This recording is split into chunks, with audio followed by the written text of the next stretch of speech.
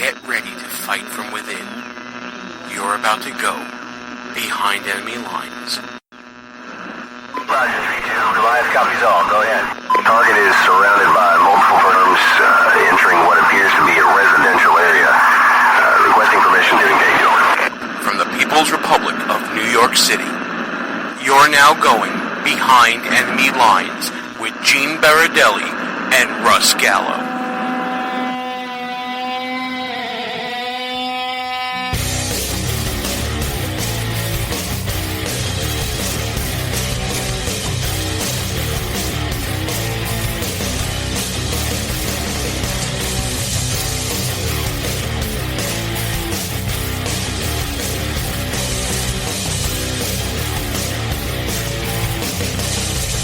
And you are now behind enemy lines. Hey there, how you doing, America? Gene Baradelli here with you. Glad you can join us this week, whether you're listening to us at www.behindenemylinesradio.us, whether you're listening to us on one of our many rebroadcast outlets, either on air or on the interwebs, or if we're traveling along with you as a podcast. So glad you're with us. We got a great show for you this week, as always.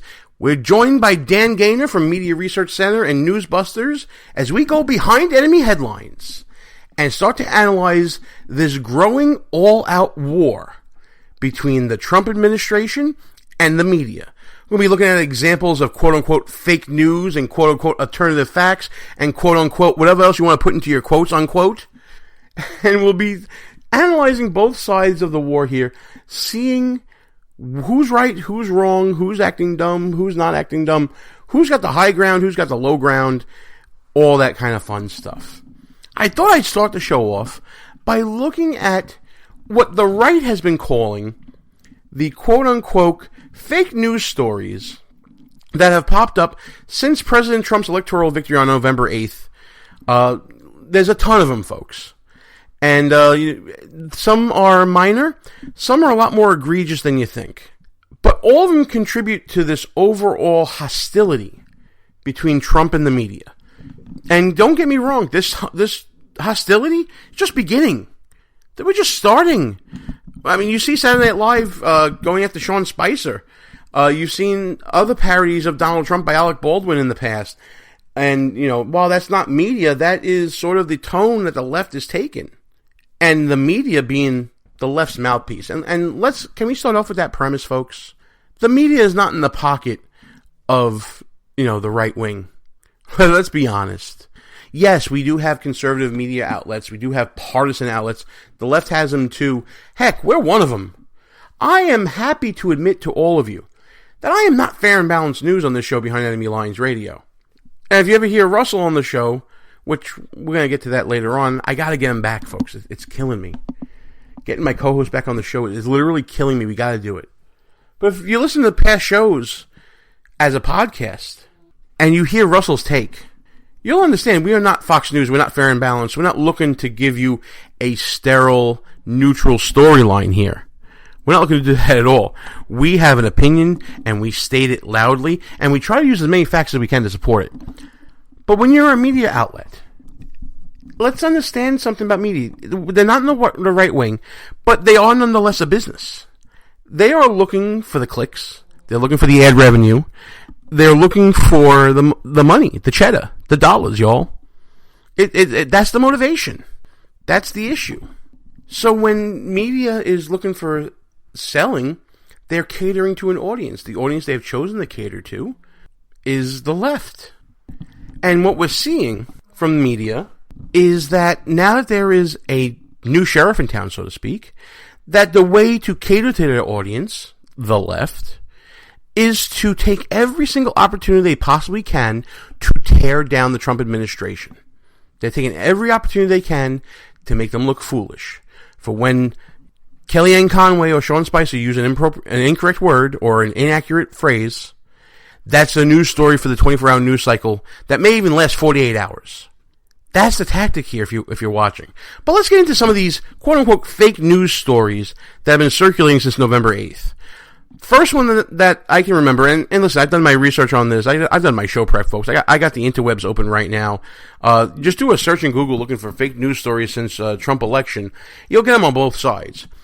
Early November, there was a story circulated by The Guardian that was sent out tens of thousands of times all over the internet, claiming that multiple transgender teenagers had killed themselves in response to the election results.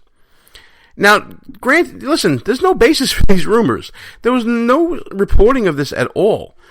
It's kind of baffling how you can put a story out there that gets out like over 60,000 times on social media alone, and list it as unconfirmed rumors. By the way, folks, a little tip for you: when you have the media saying unconfirmed rumors, that is not even within a mile of the word truth. Most likely means false. These posts were since deleted, by the way, and other reporters have tried to fact check the story, including the people at Reason, great reputable source of news for the partisan right. Definitely skews right, no doubt about it. Check them out, though. And basically, they did the research, and they tried to determine the identity or the existence of these alleged suicidal youth, and came back with nothing. Later on that month, there was the story being sent out by New York Magazine about a tri-state election hacking conspiracy. Here we go again, saying that there was, quote, persuasive evidence that the results of the 2016 election in Wisconsin, Michigan, and Pennsylvania may have been manipulated or hacked. The reason why? Because Hillary Clinton received fewer votes in counties that rely on electronic voting machines compared to the counties that use the optical scanners and paper ballots. Now, as an election law expert, I can tell you, while there may be some error with machines, 7% error is beyond the pale. If you're having 7% error, you better check your contractor and make sure that your machines are working properly.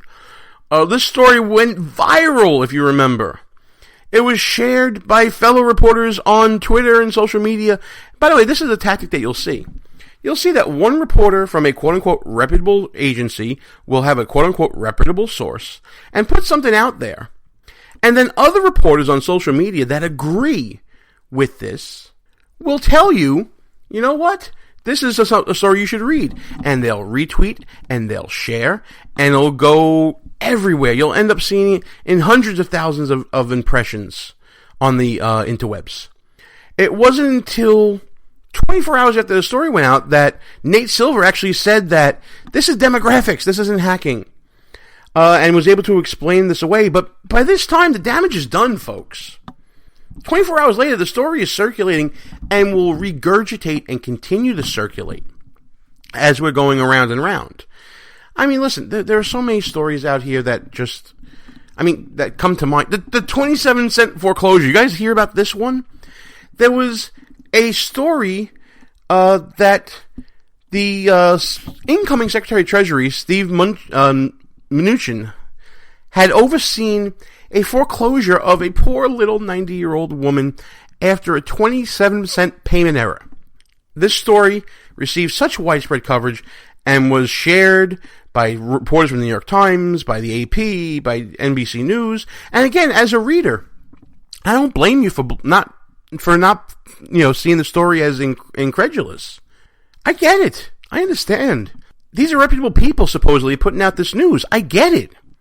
I understand that you would want to see it and think, oh, that's horrible. But you know what? The woman in question was never foreclosed on. Never lost her home. It wasn't even Mnuchin's bank that brought the suit for foreclosure.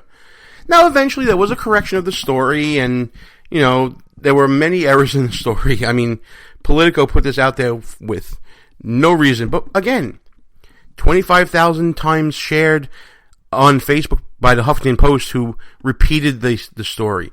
The New York Post repeated it. See that? And that's a righty paper, right? Vanity Fair reported it. It was retweeted out by reporters from the New York Times, from the AP. Again, this is what happens when you have shoddy journalism with a motivation behind it, by the way. Now, listen, we're just hitting January now with these fake news stories. Everybody's heard about Nancy Sinatra's complaints about the inaugural ball and how it really wasn't her complaints. The purge of the climate change website that didn't actually exist. The removal of the Martin Luther King Jr. bust. that was reported by Time Magazine's reporter Zeke Miller. My goodness. There's so many of these stories out there. The mass resignations at the State Department. I loved this one when there was discussion about how upper-level people at the State Department were resigning en masse. It was a mass exodus of senior Foreign Service officers. It went everywhere. I remember seeing this story. I'm sure you do as well. But there was a problem with this story. It was crap. It was absolute and total crap. The headline of the piece was deceptive and misleading. It wasn't a mass exodus. The word management implied all top methods were resigning. That wasn't the case. And in fact, the State Department put out a press release noting that it's standard with every transition that the outgoing administration has political appointed officers submit letters of resignation. Come on! Enough of this already. You want to know the most recent example to me of this situation? I subscribe to basically it's a service. It's called Help a Reporter Out. If a reporter is pitching a story and they need some sort of expertise or some sort of background information, I'll subscribe and I'll answer certain articles and give them a legal background, give them an election background, give them a political background, and I'll get quoted every now and then. And it's my pleasure to help out reporters who are looking for expertise and information. That's a sign of a good reporter, in my opinion. That's someone who's looking into matters and is seeing, you know what? I need some help and I need some background on this. Cool. I'm all about that. But there was one story that came out, actually, that was being pitched around recently. And it caught my attention because it's not what you normally see from the service. It was basically a reporter. I couldn't believe this when I saw it.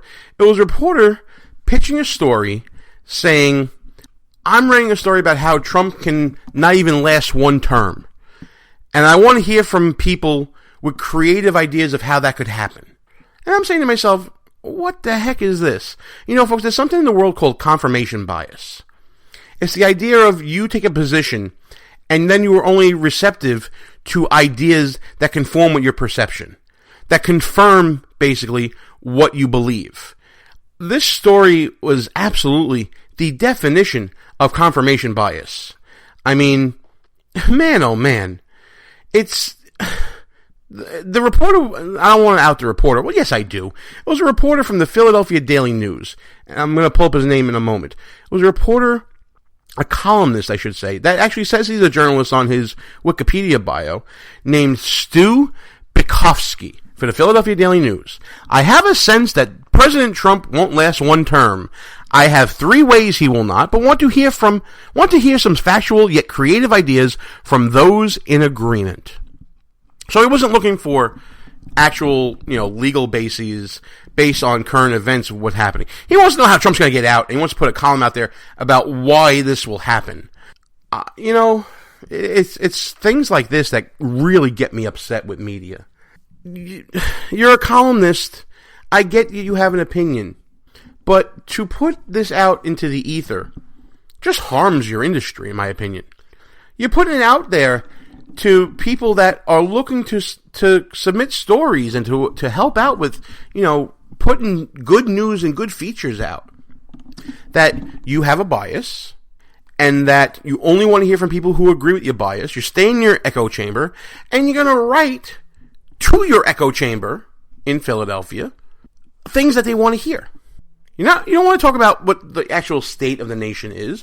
You don't want to talk about policy. You don't want to talk about policy solutions. You want to talk about alternative to policies that are out there.